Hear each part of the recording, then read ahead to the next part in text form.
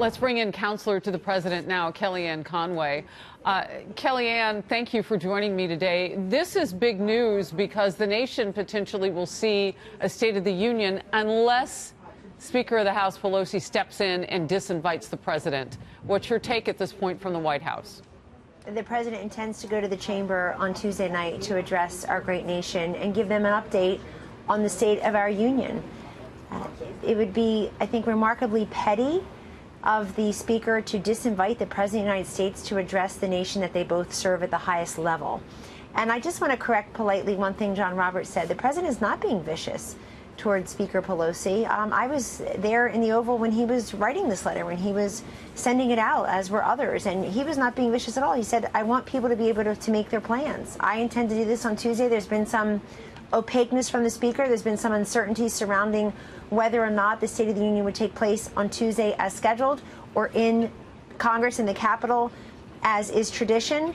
And so the president wanted to put that to rest so people can plan. The First Lady is inviting guests to the State of the Union, as is the custom for every First Lady.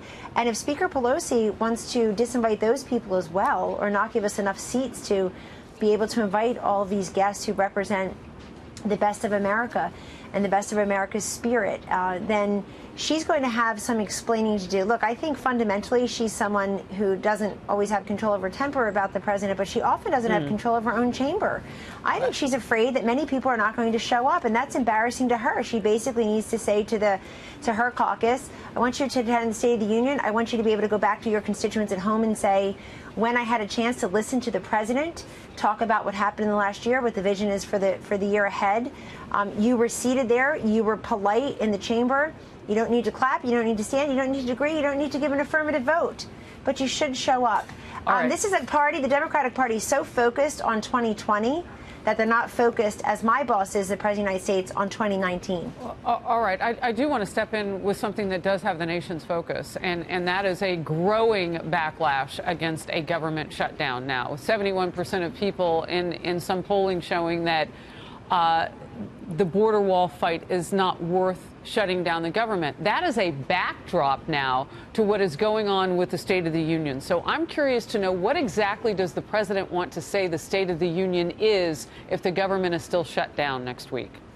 Well, the president has said again and again, including in his proposal that he released publicly on Saturday, Harris, that he is coming across to the Democrats in some of their wish lists. They have asked for more immigration judges, more personnel at the border. They want technology, including drones. They certainly want more detention beds and money for humanitarian needs at the border.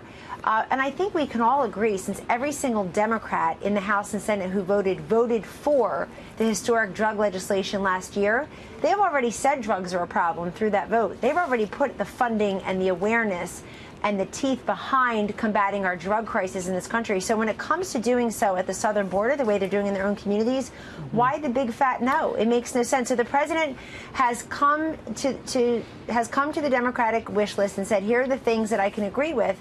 And he'll make that part of a State of the Union next week, that wish list? Okay, I want to move on because we got to get to this. America now watching to see how many more days beyond where we are into a second month now with a partial government shutdown. 800,000 people hurting. The president signing legislation that they'll get back pay. But many of those contractors in the constellation around those government workers will not get that pay. That is traditionally how it works, and they are going without. So this is a broadened swath of people who are damaged as the government is shut down. If the president is given something that both houses of Congress agree on, will he sign it? It depends what it says. He obviously has said that he wants people to be paid. And that they will be paid. We got that, but will he sign something that doesn't have border wall funding as we get late in the game now? But a Harris, date but that's not realistic. I'm sorry, but a date certain that's to just talk not about realistic. That's it's not border wall funding. It's border security. Look, if you don't have a physical barrier that people cannot crawl under, climb over, drive through, or walk around, then we don't really have border security. That's just false. What happened to all these Democrats who have made joyful noises and affirmative votes in favor of secure fences and barriers and indeed walls that already exist in the past. They're being disingenuous. They voted for the funding to put it there. They voted for the funding to renovate it more recently. They're just being petty and partisan, and we want them to come over. We need a bipartisan solution to what should be a nonpartisan problem. We have great compassion for the workers. We have great compassion for the contractors.